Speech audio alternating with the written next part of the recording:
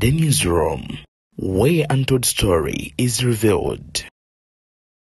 Mathias Mpuuga Nsamba obusungu ensonyi zifuuse obusungu alangiridde nti atwala Bobi Wine ne Alan Sewanyana mu kkooti olw'ebyo bye bamwogerako. Agamba mulina okugenda mu maaso n'okubitebya muleete obujulizi obulaga nti nze yasibisa Seggirinya n'abalala.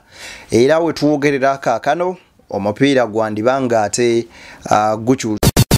Ebuvanjuba nebugwanjuba ewaka wasigalawo ewasinga. Beyond the Newsroom gwe mukutu ogukuleetera ekyo ekisinga. Katiranga naffe ng'oyita ku noti 771 44 53 ne noti 744 26 45 na bino bikulu tetulanga bafere tetulanga basawo ba kinnansi n'abagwa mu koowa eryo. Mwebale kutuwagira. Thank you. Gukyuse si birungi yadde akamu n'akeddagala. Omubaka Sewungu atuuse mu kkomera okulaba ku Eddie Mutwe naye avuddeyo ng'oba oliawo amaziga ayungula. Beyond the Newsroom njagala okubeera nga nkwebaza gwe omulungi agenda maaso n'okuba ng'ongoberera era ng'ondaba kyokola kya muwendo mungi nnyo nnyini ddala. Awo wennyini wenjagala okubeera nga nsinzirira ate ngende maaso n'okuba nga nkusaba munywanyi agenda maaso n'okungoberera nti video eno gimpere like bw'ogiwa like ojjaba onkoze bulungi nnyo nnyini ddala. Ate era mu ngeri y'emu njagala okubeera nga nkusaba gwe yakasooka olaba video zaffe nga gwe mulundi gwe ogusookedde ddala ogende maaso n'okuba nga osubscribinga ofune ensonga semasonga nga bwe ziri. Njagala tutandikire wano nkuwe video eno nga Mathias Mpuuga Nsamba ategeeza nga bw'atwala Sewanyana mu kkooti kw'oteeka His Excellency Robert Kyagulanyi Ssentamu Bobi Wine. Wuliriza. Mr. Kyagulanyi, Mr. Sewanyana's ilk, we shall meet in court. Probably they will help court and the families that are demanding for justice to go and tell court what they know. Because they seem to know a bit about what happened in Masaka.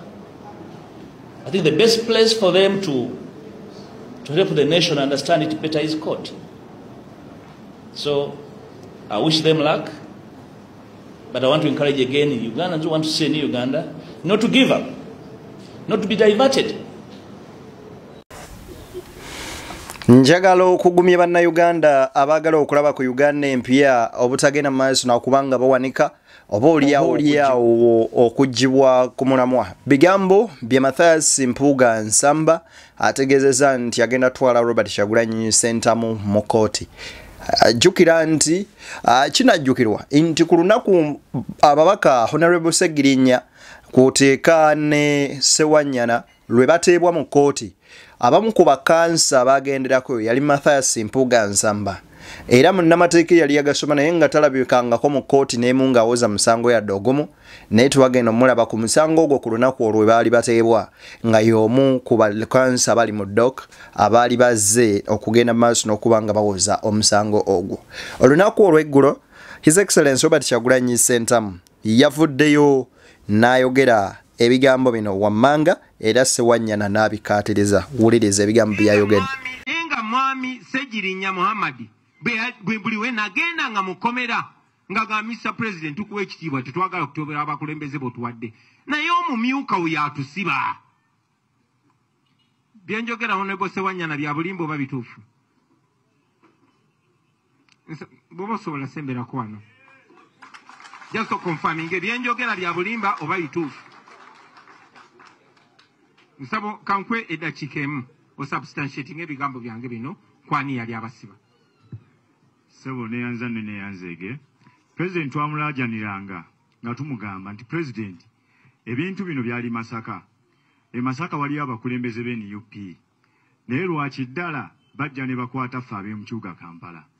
Ekyokubiri nga n'entambula y'enneeyisa y'abakulembeze baffe abamu naddala mu kitundu ekyo teyali nnungi ng'ogyetegereza obulungi nga bw'obigatta olugatta n'ogamba nti mukulu walabika waliwo akatagatta bulungi. Waliwo ekitatambula bulungi kirabika abakulembeze naddala abaka bava e Masaka babimanyi ku bintu bino okutusinga.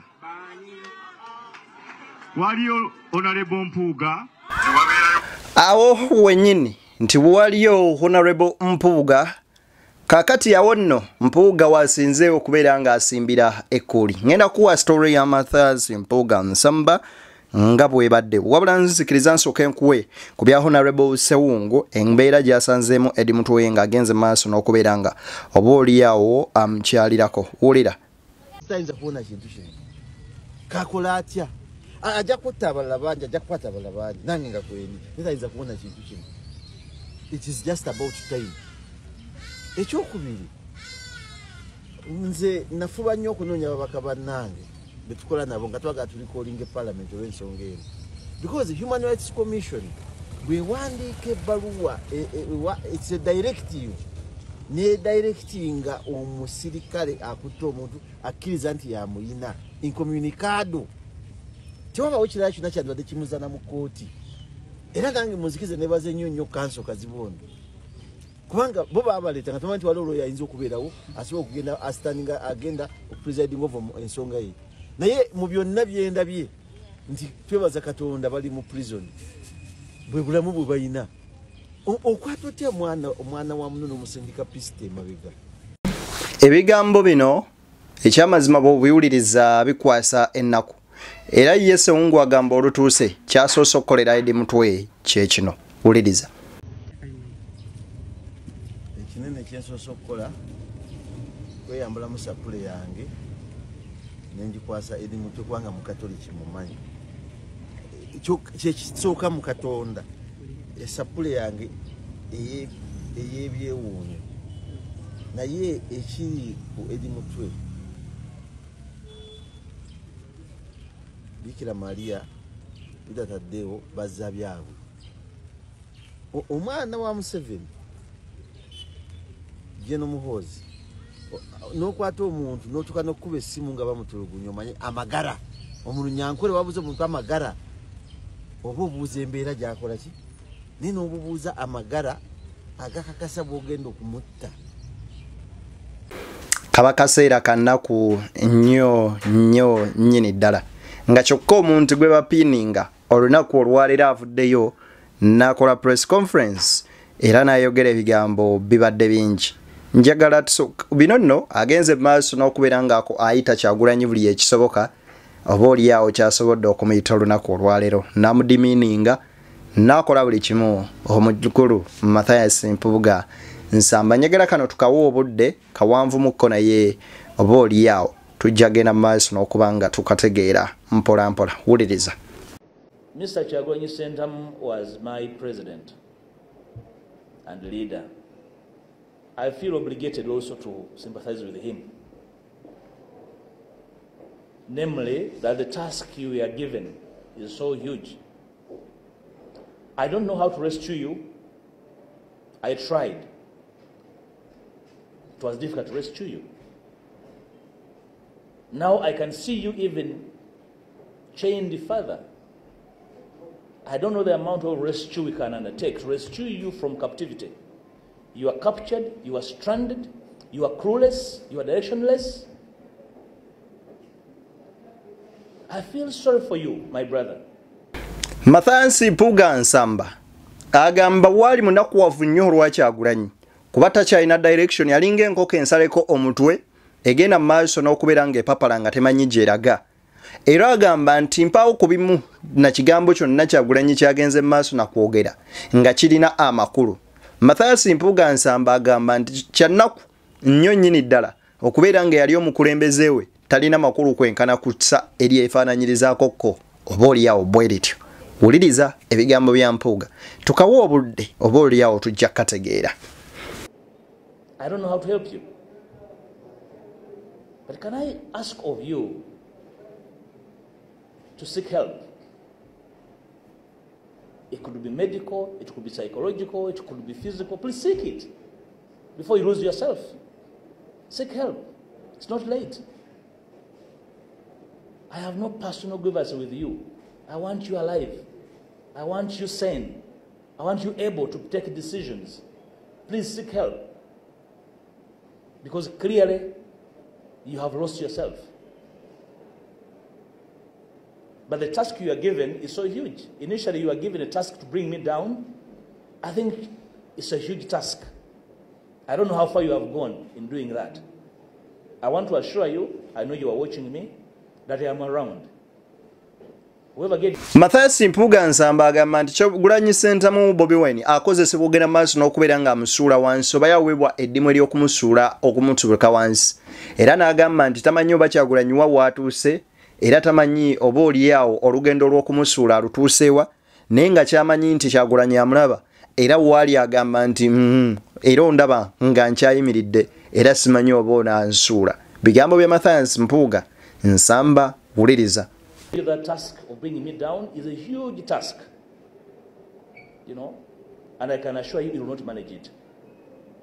But seek help before you go down the sewer. Otherwise, you are on the edge. You're on the cliff.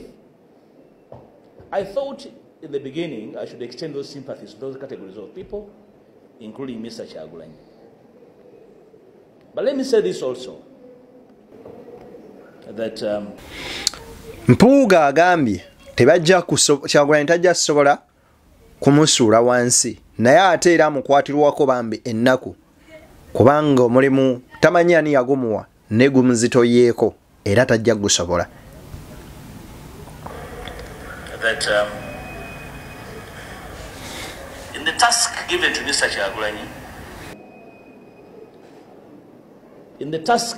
Mr. Kyagulanyi, I am responsible for all the problems in this universe, including his reasoning capacity. You remember I told the world I registered the PPF. You know, he's never come out to apologize for that lie. You know, you remember I am responsible for his party not having a constitution. I am the one responsible for his party not having a clear method of work. I am responsible. I am responsible for his absence of a clear agenda. Now I'm also responsible for the arrest and the death of Segirinya. So he has a huge task. That's why I'm asking of him to seek help, because he looks a pitiable figure even when he's speaking. Mwami Mpuuga ono ategeeza bulungi nga atugamba mbu akwatibwa nnyo ennaku okulaba Kyagulanyi embeera gy'ayitamu. N'agamba nti yakola naye akabanga ng'amanyi oba oliawo walitereera. Bobi Wine yamussaako emisango mingi, oguli ogw'okuwandiisa People Power Front, okuli ogw'okubatwala mu kkooti obalemesa okubeera nga bawandiisa constitution y'ekibiina n'ebintu ebirala ebiringa ebyo. Ye kyagamba nti Kyagulanyi anoonye oba oliawo obuyambi obw'amangu ddala. Naye mukulu Mpuuga, omuntu eyali yeetaaga obuyambi gwe tuyinza okwebuuzaako ku ssaawa ng'eno, wali gwe eyali profession, wali omunoonyaako ki okwegatta awamu naye?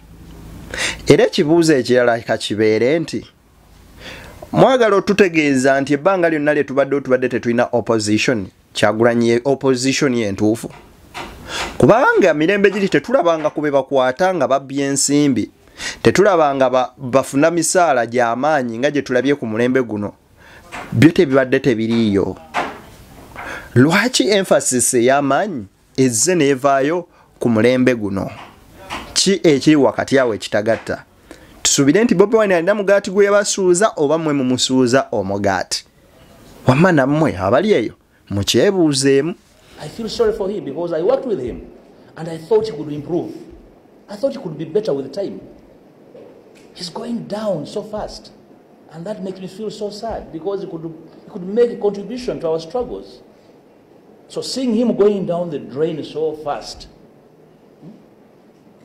he speaks and then he looks like a village drunkard. You're like, this is the man I so much wanted to work with? I feel sorry for him. Seriously. I feel very, very sympathetic to him. I don't know. Whoever can help this. But before he goes back where we picked him, Mr. Mpuuga, as in to ask for information, where did you pick Bobi Wine? I think you met Bobi Wine in Parliament. You would have thanked Nubian Lee eyamuteekamu endowooza ye mugamba nti asobola.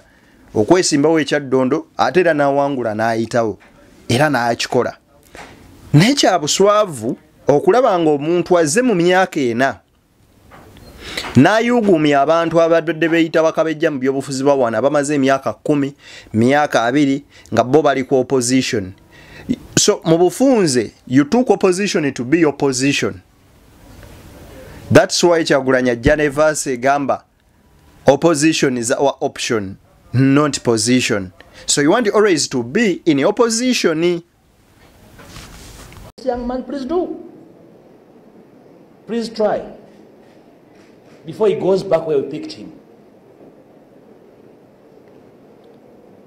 So from me and to you citizens, we have this problem. Every time, yesterday the NRM began its process of restructuring its electoral system, its structures.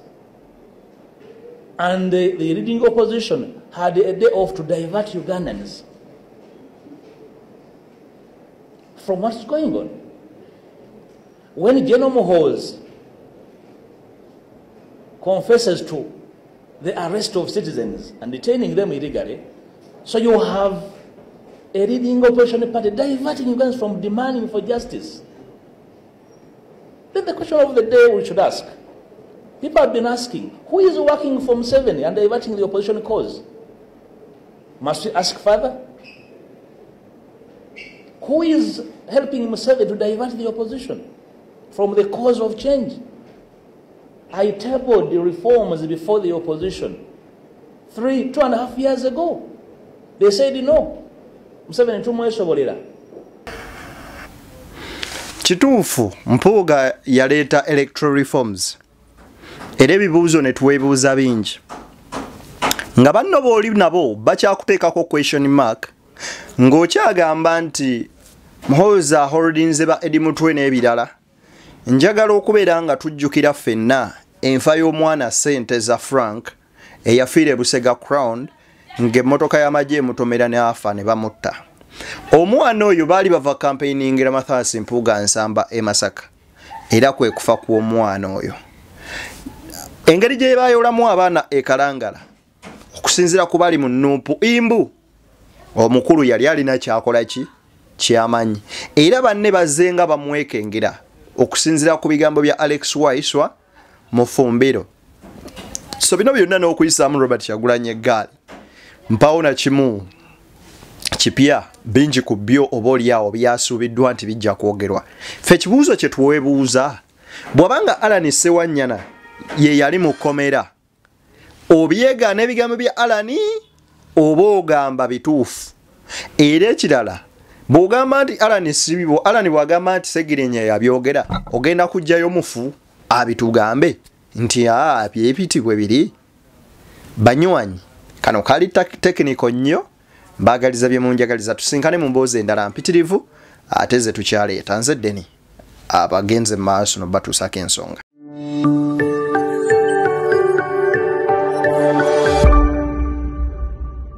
Beyond the newsroom, where untold story is revealed.